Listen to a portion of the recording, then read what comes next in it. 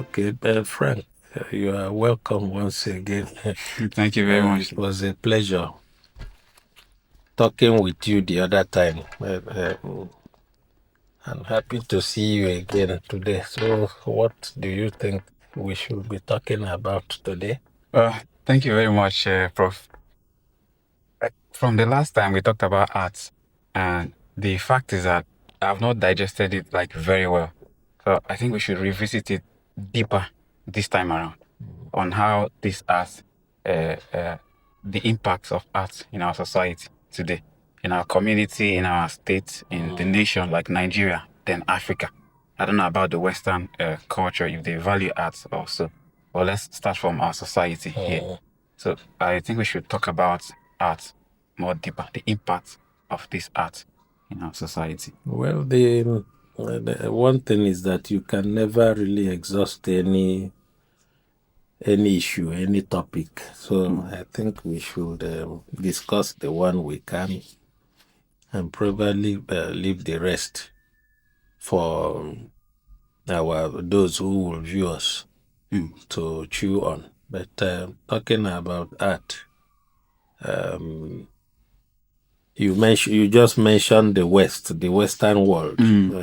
Maybe the part of the issue will be the perception of art in this part of the world. When I say this part of the world, I'm talking about Africa, Nigeria inclusive, or maybe Igbo land inclusive. Is it really the same perception? Is the perception of art universal, or do we conceive of a multiversal perception of art where you have a universal concept of what art is, as against a multiversal? And what I mean is that, what I'm trying to say is that there is a universal concept or perception of what art is, but beyond that universal concept, we should be able to accept that art is time bound, culture bound, geography bound, so that what is art in this part of the world may not necessarily be what is art in another part of the world. But at the universal level,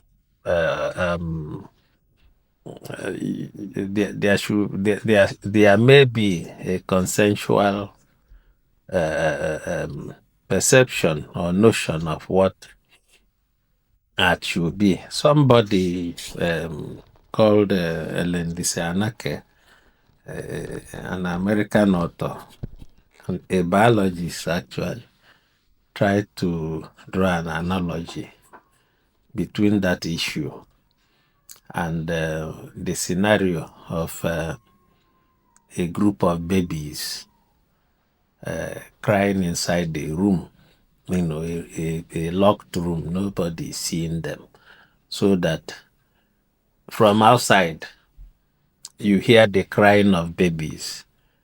There is a Chinese baby inside that room. There's an American baby. There's all babies from different parts of the world. All you hear is crying. But when you now open the door, you begin to notice and feel that that is a Chinese baby, that is a Japanese baby, and so that may be a way of looking at the universal, what I'm talking about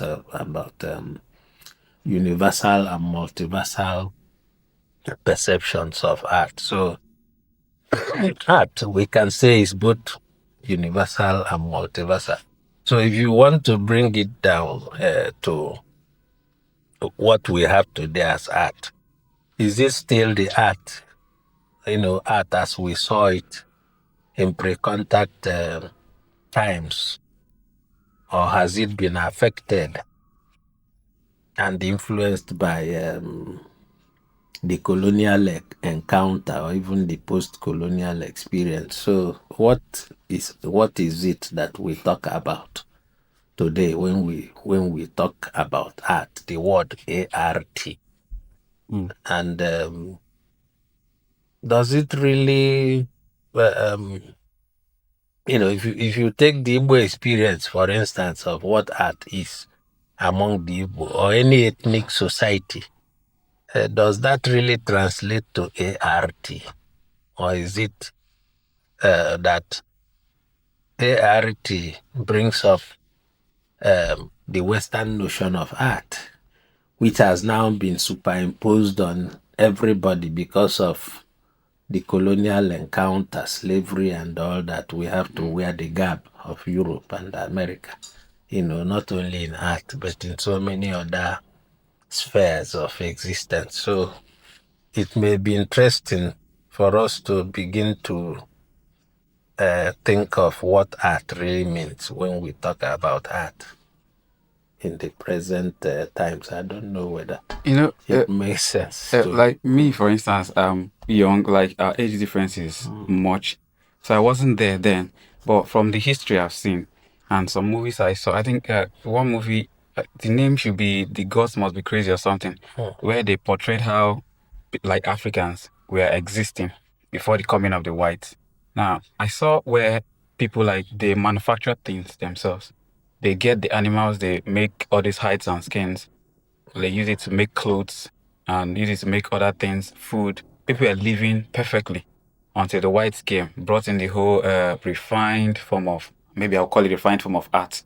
You get. Now, those people there, they started feeling so inferior. More like, this one is finer.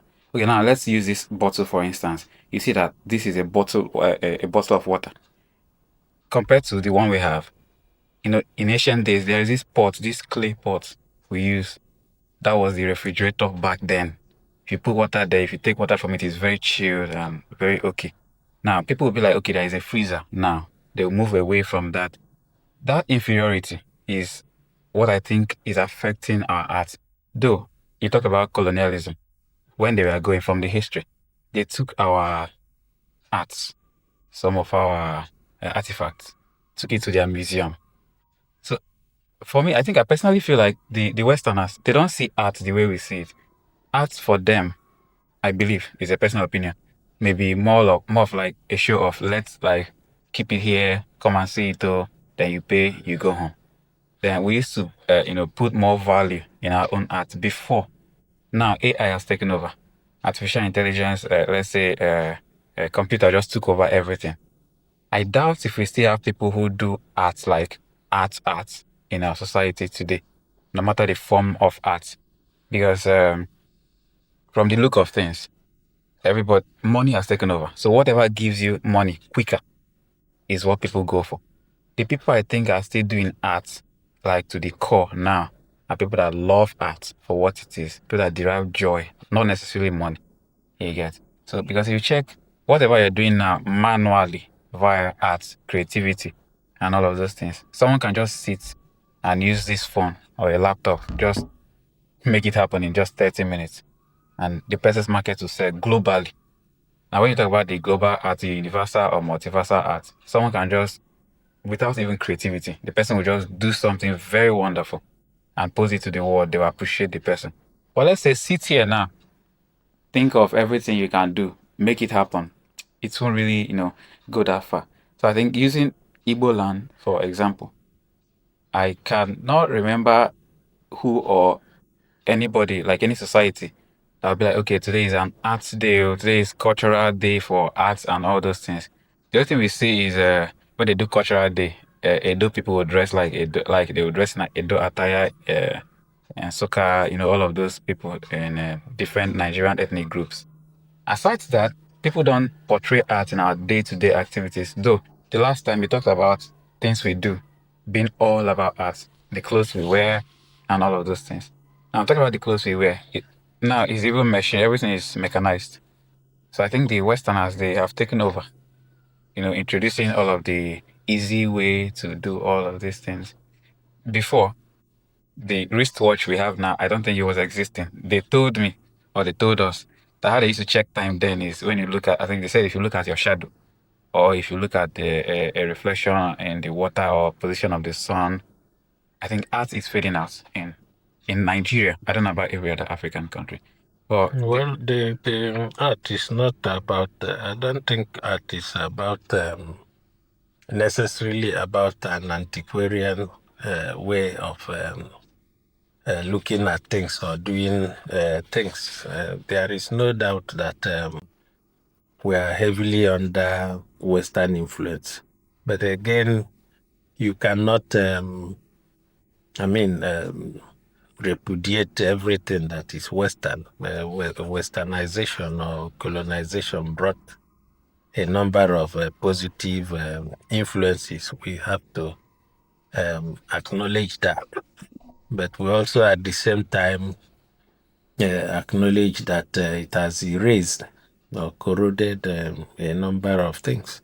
And that today, the notion of art that we have is probably that imposed on us from the Western experience or the Western perception of art, and therefore you have a system where I mean the gallery museum system now, where art has become elitist. You have to go to those highly policed places to look at art. But before colonization, in the traditional setting, art belonged to everybody. Art was essentially the aesthetics of life.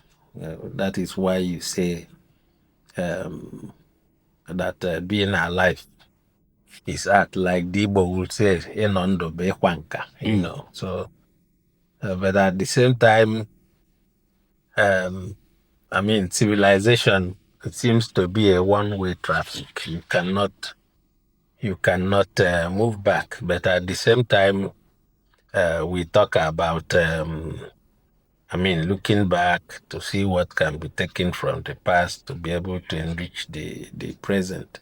But even with the triumph or the influence of Western art, those of us in artistry know, even everybody knows that what is called modern art was influenced by African masks, African art, especially the masks, through the people like Picasso, Lamink, and the rest of them. I think we mentioned that the other day. But at the same time, how do you? Art is not just about making art. There has to be institutions that help artists to grow.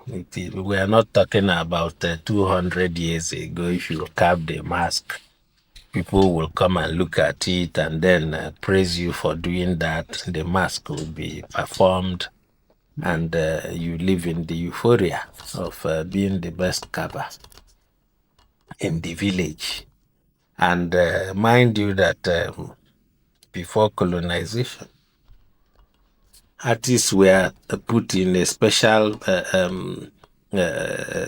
space of their own, so that at times you produced something and you could exchange it for what you didn't have. Like if you take Uli artists, for instance, you could go and paint for somebody while the person goes to work on your farm.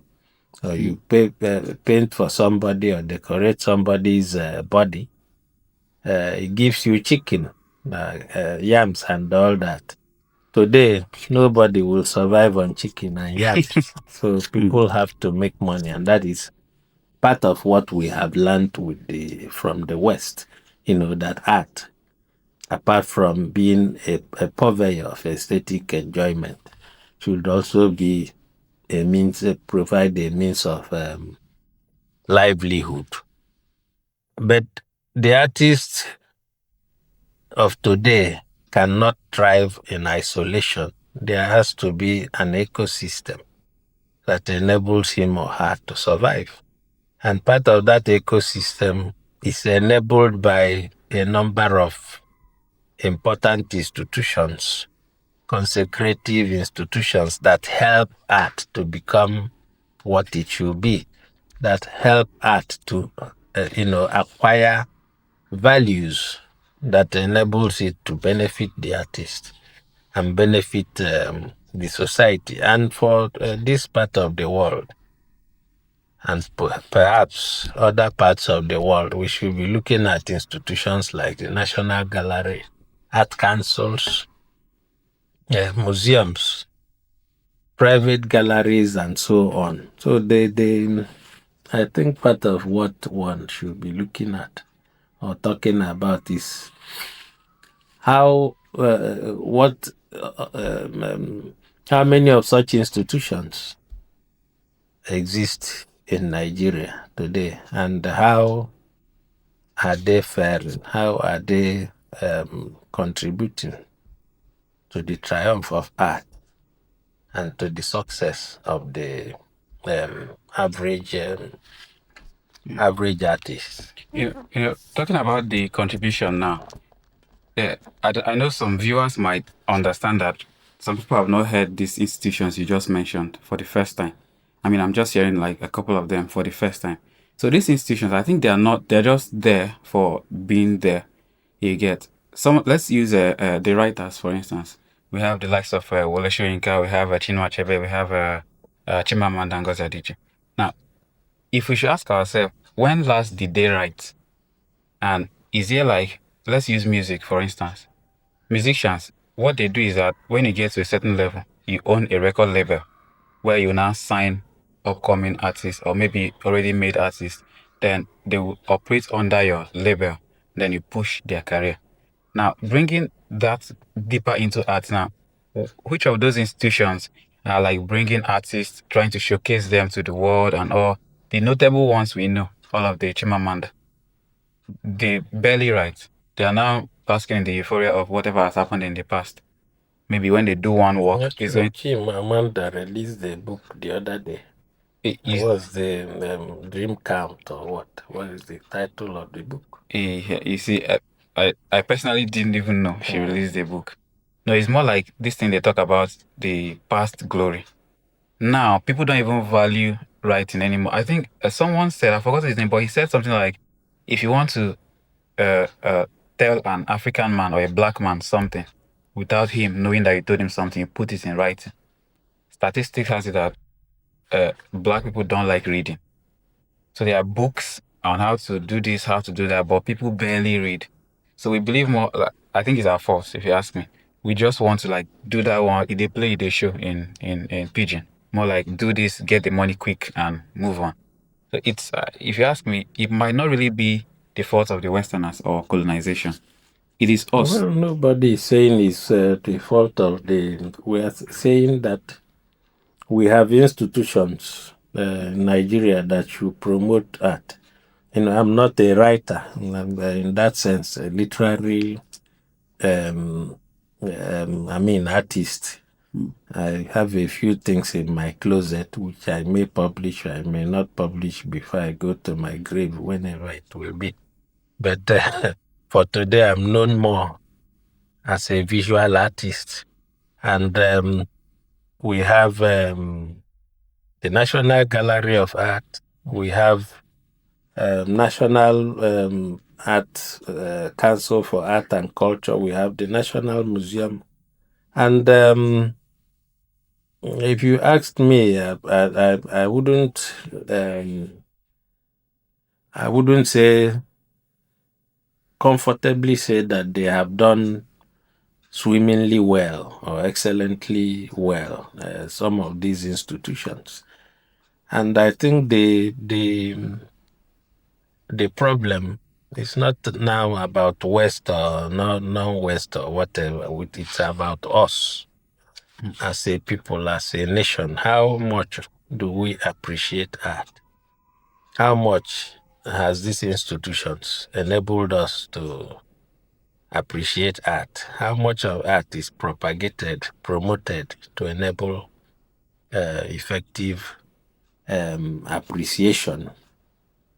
It hasn't really worked out. So there is a problem, and that is probably the problem of bureaucracy, corruption, in Nigeria, where ideas are put out positively Institutions are established positively to give positive actions and effects, and at the end of the day, they tend to degenerate into something else. So at that level, I wouldn't say that some of our art propagating institutions have done um, seriously well.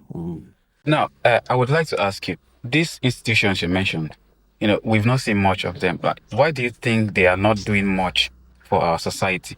Or from your own experience, from what you've seen, why do you think they have not really done exactly what they should do to promote arts in our society?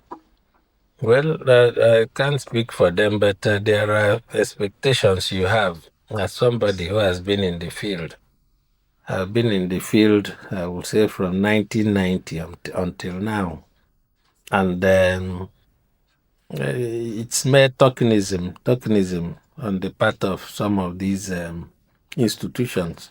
The National Gallery of Art, for instance, has been there since 1993, established at the instance of its first Director General, that is Dr. Paul Dike, who ran it efficiently until sometime around 2007 when he retired. Since then, I wouldn't say I know what happens, And you go to these places, if you take the National Gallery again, you expect that artists, maybe anthropologists, uh, should be able to run the place effectively. But when you have all sorts of people coming on as a director general Maybe they've turned it into politics. of a place that should be for, promoting art, the person is not even an art collector, and you make him director general. What do you want him to do? How do you want him to perform? You go to some of the outstations of the National Gallery of Art, for instance. Let us say you have 50 staff there, and only 10 are even less than 10 are artists. I'm sure if you take a statistics of staff of the National Gallery of Art today, probably if it's up to 1,000, you probably have about 100 artists, if it's up to that. And then you have directors. There's been a case in the past when they said a dentist was the director of research and publication at the National Gallery. So how do you want them to perform? So it's a problem. You go to National Council for Arts and Culture, it's the same thing. Go to National Museum, it's the same thing. You have people, the relevant professionals are in the minority. And you have all sorts of people who have been thrown into the place by politicians, people in the House of Assembly, people, in the parliament, who must always get jobs for their own people. So you saturate these places, clog them up with non-professionals, and you expect them to perform. They cannot. And then again,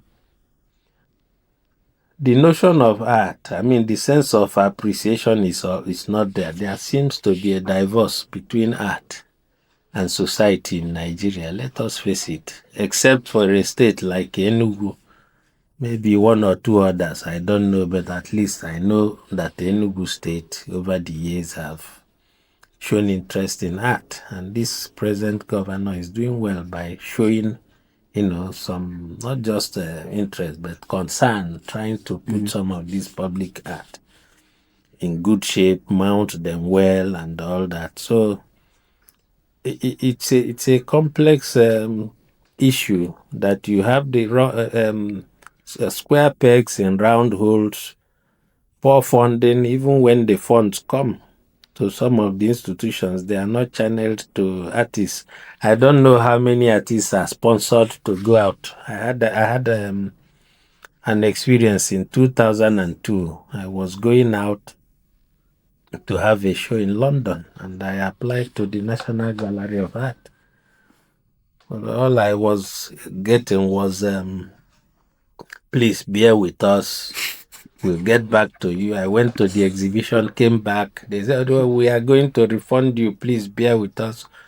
Until that particular director general retired and left. These are very shameful things. If at my level, or even as an average artist, I cannot get just a ticket to London for a project that was probably had other facets. I had taken care of the other facets, and I said, please just give me a ticket, and they are not able to give it, and there is no explanation for it. Then I think there is I was going to ask serious. why were There they is not able serious. to do that? I wouldn't know. I'm not the DG. I'm outside, and I'm asking from inside, Now, and I'm told it wasn't possible. No reason was given, and I'm not sure how many people they have been able to assist. So why must such an institution continue to exist if it cannot, live up to, let us say, the 20% expectation? It doesn't have any relevance anymore. So that is the kind of situation we have. yeah, so talking about these things now, I personally think the professional artists should be the ones to, advocate for their own freedom and for their own inclusion in the society. Because if they say, this is my profession, and you say I'm not part of it, and I just go, it's my fault. So, what do you think the artists themselves should do to get back into the system and not being expunged? Well, unless you're suggesting gate crashing, I don't think there's I don't think there's anything anybody can do. Everything in Nigeria is, terribly politicized. You have a position. The only thing they have not done is, for instance, appointing a politician to be the chief medical officer Yeah, they cannot. in some of the teaching hospitals. Otherwise, every other thing, they don't want to know the background that people have, especially when it comes to art. I've been in situations where I was in a university at some time, where in a committee, I found myself in a situation where in a university they were going to award the painting of the library of that university. And who did they have? This university has an art department, and you gather all sorts of people. They form a committee. They invite the people from that department. They put up an excellent proposal on what they wanted to be on the library of their own university. Then at the end of the day, because you have somebody who had interest in the committee, they give it to him. He invites somebody from another school, a polytechnic, to come and paint the library without recourse to the art department in that university. And these people are not artists. I was there, I was looking at them, and I told myself, assuming they are going to award the second Niger bridge, what business will I have there? It should be for engineers. Unless you are talking about the aesthetics of the bridge or something, then maybe you call an artist, but not for the core issue. So whenever anything comes for art, what you hear is that artists create for people to enjoy, therefore it should be an all-comers thing. No, I don't believe in that. Well, I So think the artists should come together, create an organization that is solely for artists. Well, you have that organization, you have the SNA.